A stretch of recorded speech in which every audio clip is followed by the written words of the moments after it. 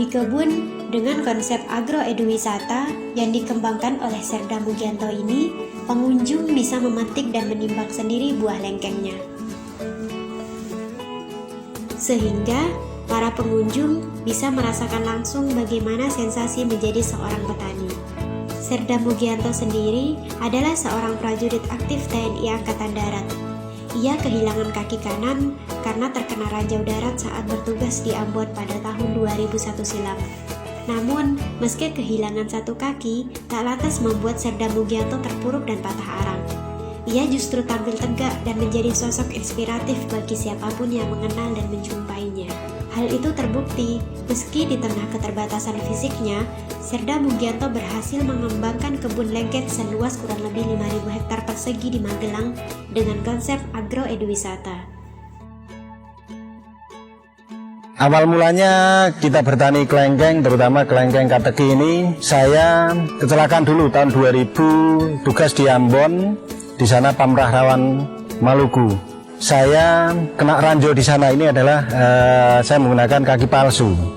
Setelah itu kita kursus di Pusrehat Kemhan RI dan di sana kita diberi bekal mengenai pertanian.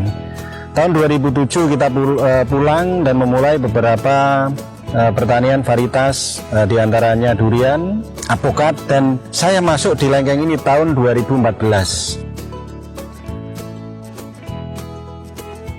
Awal mula Serda Mugianto terjun ke bidang pertanian yakni pada tahun 2004 lalu, usai mendapatkan kursus di Pusrehab Kementerian Pertahanan Republik Indonesia. Setelah itu, ia diterjunkan kembali ke lapangan dengan pulang ke kampung halamannya. Serda Mugianto mengaku sebelumnya ia juga telah mencoba bertani berbagai macam buah. Namun, dengan pertimbangan yang matang, akhirnya ia menjatuhkan pilihan pada lengkeng varietas kateki. Kini, sosok Serda Mugianto menjadi panutan petani, khususnya di kalangan petani lengkeng.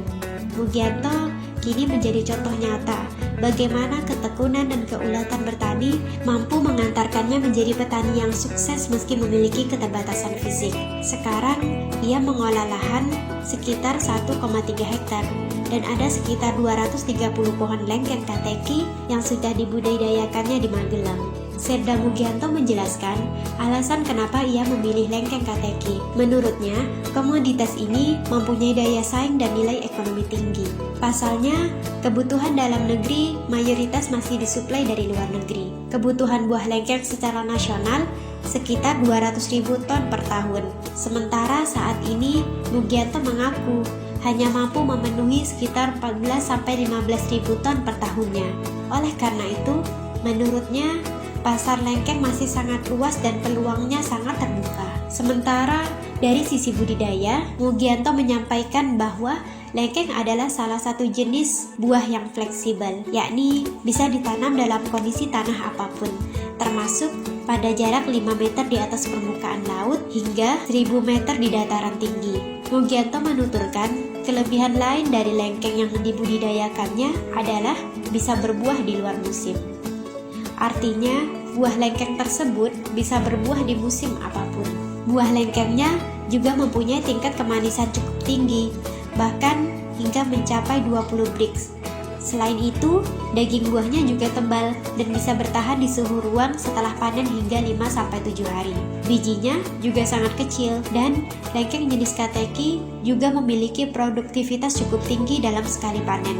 Hitungannya adalah tiap satu tandan atau ranting beratnya bisa mencapai 4 kg. Bahkan ada yang mencapai 4,7 kg dan setiap 1 kg ada sebanyak 80 hingga 82 buah. Kelengkeng kateki itu kelengkeng yang paling unggul di Indonesia mulai tahun 2016 sampai 2020. Saat ini paling unggul yang sudah terdaftar di Kementerian RI. Keunggulannya diantaranya buah ini bisa satu tandan bisa mencapai 4,5 bahkan 5 kilo pun bisa. Satu tandan seperti ini bisa mencapai, kalau ini di angka mungkin 3 kilo bisa. Dan buahnya manis, kemarin dicek sampai 22 Brix, daging tebal, terus dia bisa bertahan di suhu udara, suhu kamar kurang lebih 4-5 hari dia bisa layak dimakan tanpa ada pengawetnya. Dan yang paling enak lagi, Ini termasuk tanaman yang bisa dibuahkan kapan saja sesuai dengan keinginan kita. Mau Januari panen bisa, mau Februari, mau Maret, April dan lain-lain. Terbukti di sini setiap hari ada buah. Jadi sangat menguntungkan.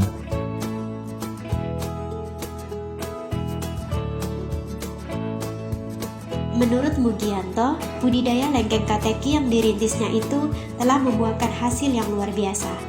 Pasalnya, belum genap 5 tahun, Mugianto sukses memanen buah dengan kualitas unggul. Soal resep rahasia suksesnya mengembangkan lengkeng kateki, Serda Mugianto menyebutkan ada 2 kuncinya. Pertama, benih yang unggul. Kedua, agroklimat. Bagaimana memahami iklim pertanian, meliputi cuaca, kelembaban, hingga soal kondisi tanah. Karena semua itu akan mempengaruhi pola penerapan teknologi maupun treatment pohonnya.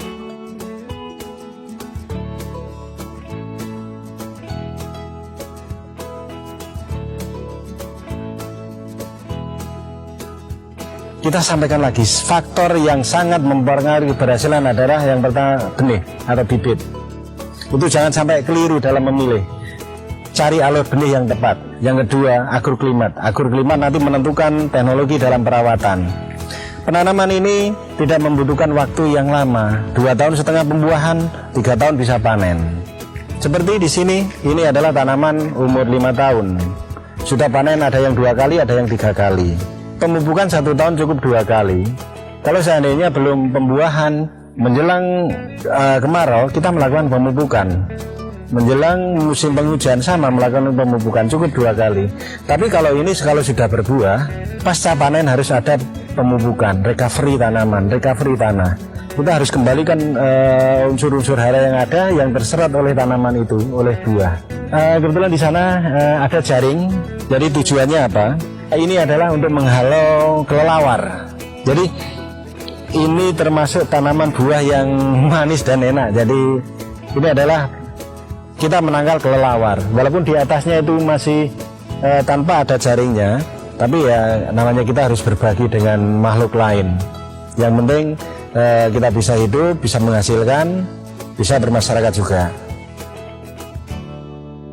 Selain membina petani di sekitar Magelang, Mugianto juga membina para petani yang tersebar dari Sabang hingga Merauke.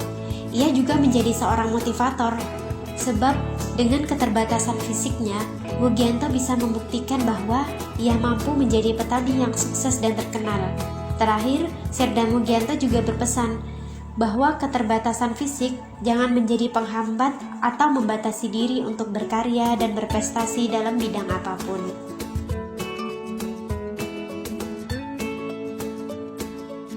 Keterbatasan tidak menjadi penghalang untuk terus berkarya dan berprestasi. Contoh real kenyataan, saya yang mempunyai kaki palsu seperti ini, mempunyai kekurangan, bisa dan mampu mengubah ya minimal ekonomi masyarakat sekitar. Terbukti banyak kunjungan dari Sabang sampai Merauke itu ada di sini, dan itu dipastikan kan menginap. Perputaran tidak cuma di sawah, tapi di masyarakat sekitar. Ada penginapan, ada homestay. Jadi perputaran ekonomi menjalar ke masyarakat.